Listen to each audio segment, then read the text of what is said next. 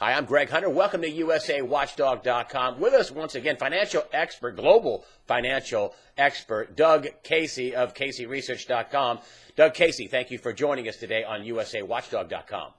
It's nice to be here, Greg. I'm speaking to you at the moment from Argentina. Argentina, great. I know you have internationalized your assets and internationalized your life, which we'll talk about that.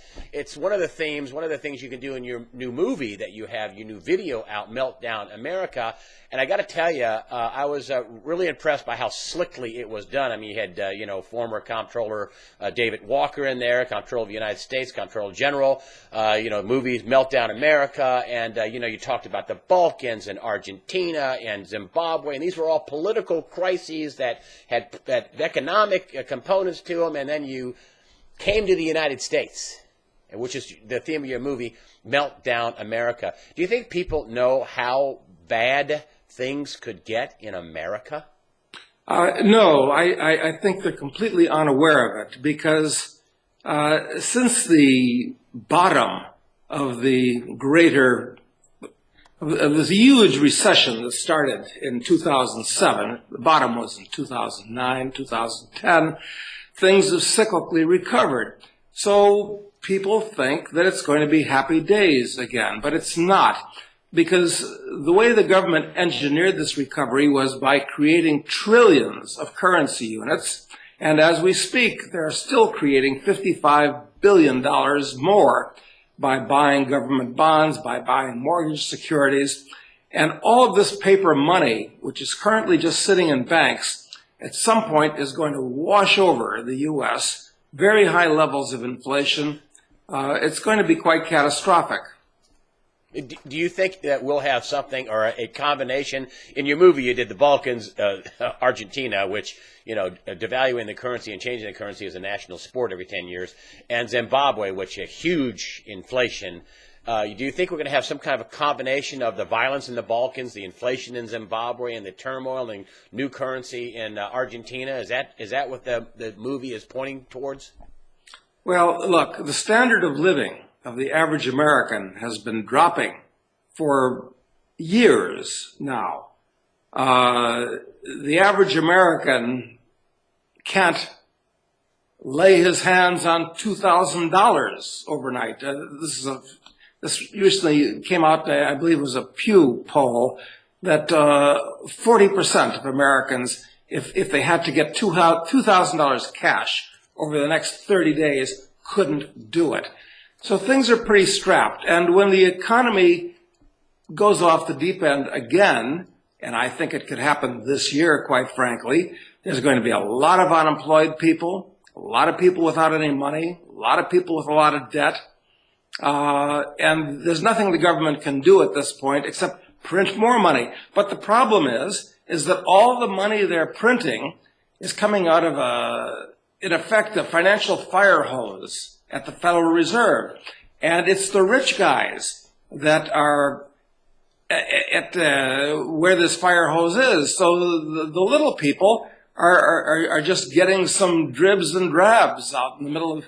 This is why the country is becoming polarized, where the rich are becoming richer and the poor are becoming poorer. It's exactly because of these government actions, which are incredibly stupid. They say it's intended to save the economy, but it's really just bailing out the big banks and the big brokers and making the rich guys that run these things richer. So the prognosis is extremely grim. I hate to say that, quite frankly, but there's no way out. You're backed up by people that say that at the Federal Reserve, people who retired from the Federal Reserve. Somebody wrote an op-ed piece on it and said the exact same thing you did, who worked at the Fed about the QE program, that it really, unfortunately, just helped Wall Street banks. But when you say there's no way out, what does that mean? What does that mean if there's no way out? What do we do? What is your vision of what happens when there's no way out? Well, what it means is that in the real world, cause has effect. Actions have consequences. And all this money that the government's created, at the same time as every day they're passing more regulations and laws that make it more expensive and harder for the average American to produce wealth, it's an explosive situation. What could happen? You could have lots of bank failures. You could have a stock market crash. All this money that the governments have created has bulled up the stock market to new highs. So the next step is likely to be down. A lot of people have assets in the stock market, or if they don't, their pension funds are in the stock market. And most of the cities in this country, most of the states in this country have gigantic pension liabilities that are underfunded. Underfunded even though the stock market is at all-time highs and the bond market is in a super bubble. Now, when interest rates inevitably go up from these artificially suppressed levels where they are right now, the bond market's going to collapse, the stock market's going to collapse, and with it, the real estate market's going to collapse. These pension funds are going to be wiped out. Then what's going to happen? This is a very bad situation. And the U.S. is digging itself deeper and deeper into the slough of despond at this point. It's very bad. Will the U.S. come to a point where they just tell people like China, we're defaulting, we're not going to pay you this, we're not going to pay you this money back? Sorry. Well, look, there really is no pleasant solution to this problem. But actually, for years, I have advocated the U.S. doing exactly that. Right now, the U.S. has official government debt of $17 trillion. This is unrepayable. But in addition to that, there's another $65 trillion of obligations that it has to make good on, like Social Security, for instance. I suggest that the U.S. government default on all these things. Because otherwise, it's going to mean that the next generations of Americans are going to be indentured servants. It's an insoluble problem at this point. It's just as if you or I had borrowed $1 million and we lived high off the hog for a year. At the end of the year, after an artificially high standard of living, we'd have a very real decrease in our standard of living if we were going to pay the $1 million back. So I think the U.S. should default on it because in addition to not making the next generation of Americans indentured servants, I think it would serve as a good thing to punish the people that have lent the U.S. government money and enabled it in doing all the stupid things it has done with the money that it's borrowed. Another advantage of default would be that it wouldn't be able to borrow again for a good long time. And that's a plus, too. But it'll default. It's going to default one way or another. I'm just saying that they ought to do it overtly and honestly as opposed to catastrophically by destroying the dollar, which is the way they're actually going to default on all that debt. A lot of people think that, and I tell my friends this, and they just look at me like, and I say, do you think that with the government this far in debt, that with $17 trillion, and according to Lawrence Kotlikoff, it's way higher, $200 trillion in unfunded liabilities. He's at Boston University, but it's a lot of money. We're in for a lot of money. Whether it's $65 trillion, it's as you said, unrepayable. And I tell my friends, I say, do you think you're going to be able to get your 401k plan and your retirement plan, and the USS Kitty Hawk is going to be out of fuel, floating up and down like a cork in the Arabian Sea? That would, yeah, well, we're out of money. You have your fat and happy retirement. Isn't the government just going to take every asset it needs to survive, and including your retirement? Well, of course it will. I mean, look, in the first place, the U.S. government is not we the people. The U.S. government is an entity unto itself, as separate from U.S. society as General Motors or Apple Computer. It's an entity by itself. So its first interest is to look out for itself. And its only source of revenue is essentially confiscating wealth from the American people. So that's exactly what it will do. Of course it will. Governments around the world are always doing this type of thing.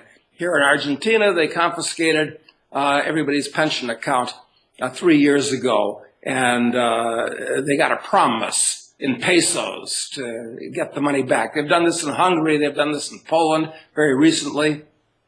So, of course, it's going to happen in the U.S.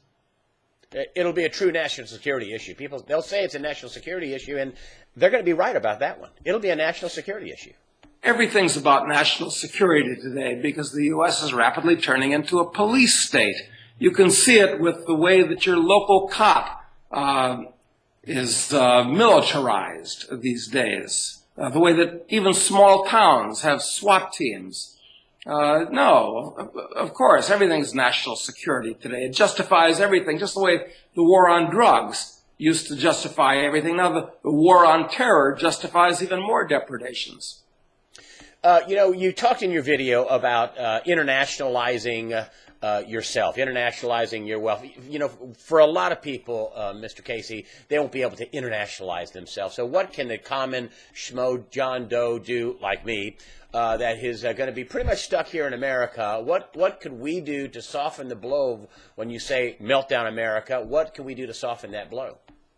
Yeah, this is very problematical because, as I pointed out earlier, the average American does not have any cash and has few assets. He's got his car, but actually he doesn't even have a car because most people lease cars now. They don't even have cars with debt against it. They lease the cars. The cars are not assets, they're liabilities.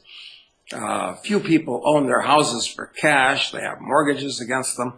So, yeah, you're right. The average American's not in a position to internationalize, which is most unfortunate for him because it means that he's stuck in the U.S.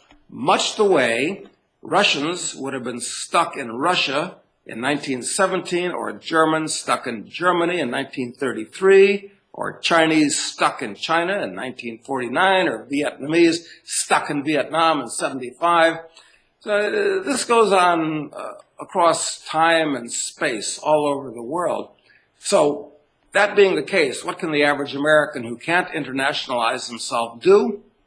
Start buying gold and silver coins. At least that way you'll have a financial asset that's not simultaneously somebody else's liability, and one that's likely to grow in real purchasing power as opposed to diminish, which most financial assets are going to do. I'd do that. If you have a little bit more money, try to open up a foreign bank account. But it's very, very hard for an American to do today because almost no foreign bankers or foreign brokers want to take American business because the U.S. government has just made it too hard and too dangerous and too unprofitable. So it's a big problem, Greg. So what about, let's even get more medieval than that. I mean, gold and silver for people who don't have $2,000. People tell me, what can I do? I'm living paycheck to paycheck. You got a data plan on your cell phone? Do you have an iPhone? Get rid of it. Do you have cable TV? Get rid of it. Do you go out to eat? Stop it. Do you own a bicycle? Get one.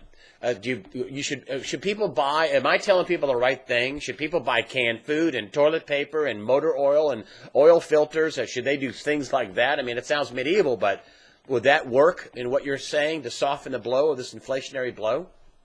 Well, let's suppose that you put aside a supply of oil filters and toilet paper and cooking oil and God knows what else. At least then you're going to maintain your purchasing power, which you're not if you just keep dollars. So yes, that's actually good advice. And the other thing you said is also very intelligent. You've got to produce more than you consume. That's why Americans are in the pickle they're in right now. They've been consuming more than they've been producing, and that's how they got all the wealth, all the debt that they have. That's how they wound up with no net assets. They've been consuming more than they produce. They've got to turn that around. So yeah, cancel your cell phone and your cable and take an extra job, because when times get really tough again, extra jobs aren't going to be available. So, yeah, you're absolutely correct. That's excellent advice, in my opinion. And I'm going to wrap up by one thing. I know you're an economic expert. You travel the globe. You've lived in, dozens and dozens of countries. You're coming to me from Argentina. Anyway, I wanted to talk about the most recent bailout, and it's just something that didn't really make the mainstream media. And it was IMF, on the IMF website, and they're quoting the bailouts. It's almost 11 billion, almost 11 billion in special drawing rights currency, SDRs, equal to 17 billion in dollars. What do you make of that? I have not seen any bailout by the IMF ever quoted in SDRs, and all of a sudden, boom, the most recent bailout, which is going to be a couple of year time, and a few billion here and a few billion there to Ukraine, quoted in SDRs. Why? What do you make of that? That is an innovation on their part, but a clever one on the part of the IMF. Incidentally, the IMF should be abolished along with the World Bank, but that's a different subject of conversation. If the money they're going to lend to the Ukrainian government is in SDRs, that's really a basket of currencies. So it's much more stable than the dollar is. And perhaps the chances of their getting real value back from the Ukrainian taxpayers, who are going to have to foot that bill, of course, is better than if they were just lent dollars to them or euros, which is in a worse situation than the dollar is, quite frankly. Does that mean are they tipping their hand? Well, maybe the dollar isn't going to be the world's reserve currency, or something's going to impair the dollar. That's why they're quoting this in SDRs. I mean, after all, the IMF is headquartered in Washington. It is in effect controlled by the United States. Are they tipping their hand, quoting this latest bailout deal in Ukraine in SDRs? Well, maybe they are, because the fact is that the dollar is a dead duck. Since the Federal Reserve was created in 1913, it's lost about 98% of its value. And that loss of value is accelerating rapidly. And it's going to hyper-accelerate over the next 5 or 10 years. So yes, of course, listen, everybody listening to this should at least try to accumulate some gold and silver. That's the first step.